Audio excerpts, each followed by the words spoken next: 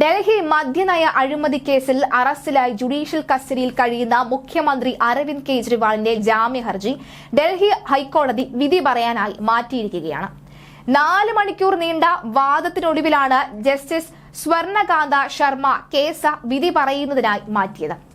കേജ്രിവാളിനു വേണ്ടി മുതിർന്ന അഭിഭാഷകരായ അഭിഷേക് മനു സിംഗ്വിയും വിക്രം ചൌധരിയും ഇഡിക്ക് വേണ്ടി അഡീഷണൽ സോളിസിറ്റർ ജനറൽ SV രാജുവും ഹാജരായിരുന്നു.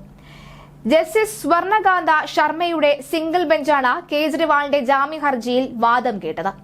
നേരത്തെ മാർച്ച് 27 ഡൽഹി ഹൈക്കോടതി കേജ്രിവാളിന് ഇടക്കാല ജാമ്യം നിഷേധിച്ചിരുന്നു. അന്ന് ഇഡിയുടെ മറുപടി തേടിയ കോടതി കേസ് അന്തിമവാദത്തിനായി മാറ്റുകയായിരുന്നു.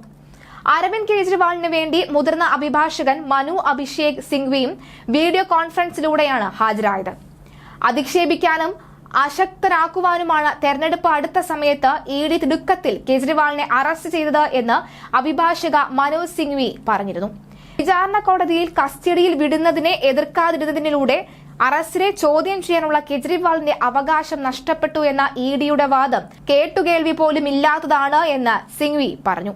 എന്നാൽ ഡൽഹി മദ്യനയ രൂപീകരണത്തിൽ അഴിമതി നടന്നിട്ടുണ്ട് എന്ന് വ്യക്തമാക്കണമെന്നും അഴിമതി നടത്തിയതും അതിന്റെ ഗുണഭോക്താക്കളായതും ആം ആദ്മി പാർട്ടിയാണെന്നും additional solicitor general SV Raju വാദിച്ചു.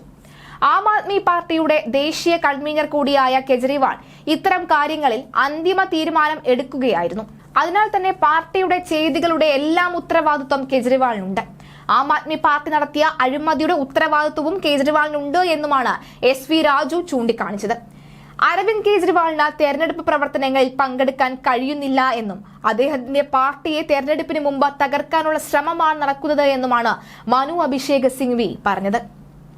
മതിയായ അന്വേഷണം നടത്താതെയും തെളിവുകൾ ഇല്ലാതെയുമാണ് കേജ്രിവാളിനെ അറസ്റ്റ് ചെയ്തത്. യാതൊരു അടിസ്ഥാനവും ഇല്ലാതെയാണ് കേജ്രിവാളിനെ അറസ്റ്റ് ചെയ്തത് എന്നും റിമാൻഡ് അപേക്ഷയിൽ നിന്ന് ഇഡി പറയുന്നതിൽ തന്നെ വ്യക്തമാണെന്നും അഭിഭാഷകൻ വാദിച്ചു. മാർച്ച് 21 അരവിന്ദ് കെജ്രിവാളിനെ ഇഡി അറസ്റ്റ് ചെയ്തത്. അദ്ദേഹത്തിന്റെ വസതിയിലെത്തി മണിക്കൂറുകൾ ചോദ്യം ചെയ്ത ശേഷമായിരുന്നു അറസ്റ്റ്. അറസ്റ്റിനെതിരെ അന്ന് കേജ്രിവാൾ സുപ്രീം കോടതിയെ സമീപിച്ചുവെങ്കിലും ഹർജി പരിഗണിച്ചില്ല. പിന്നീട് CBI പ്രത്യേക കോടതിയാണ് 28 വരെ കേജ്രിവാളിനെ ഇഡിയുടെ കസ്റ്റഡിയിൽ വിട്ടത്. പിന്നീട് ഡൽഹി റോസ് അവന്യൂ കോടതി കസ്റ്റഡി കാലാവധി ഏപ്രിൽ 1 വരെ നീട്ടുകയായിരുന്നു. കസ്റ്റഡിയിലിരുന്ന ഭരണം നടത്തുമെന്ന കേജ്രിവാളിന്റെ പ്രഖ്യാപനവും വലിയ ശ്രദ്ധയാകർഷിച്ചിരുന്നു. ഇഡി കസ്റ്റഡിയിലുള്ള കേജ്രിവാളിനെ മുഖ്യമന്ത്രി സ്ഥാനത്ത് നിന്ന് നീക്കണമെന്ന പൊതു താൽപര്യ ഹർജി ഇതിനിടെ ഹൈക്കോടതി തള്ളിയിരുന്നു. ഇഡിയുടെ കസ്റ്റഡി കാലാവധി കഴിഞ്ഞതോടെ ഏപ്രിൽ 1 അരവിന്ദ് കെജ്രിവാളിനെ ജുഡീഷ്യൽ കസ്റ്റഡിയിലേക്ക് മാറ്റി. ഏപ്രിൽ 15 വരെയാണ് അദ്ദേഹത്തിന്റെ ജുഡീഷ്യൽ കസ്റ്റഡി. ഇതിന്റെ ഭാഗമായി അദ്ദേഹം തീഹാർ ജയിലിലാണ് ഇപ്പോൾ കഴിയുന്നത്. ഭഗവത്ഗീതയും രാമായണവും ഉൾപ്പെടെ 3 പുസ്തകങ്ങൾ കൈവശം വയ്ക്കാനും വീട്ടിൽ നിന്നുള്ള ഭക്ഷണം ലഭ്യമാക്കാനും കോടതി കേജ്രിവാളിന് അനുവാദം നൽകുകയും ചെയ്തിരുന്നു.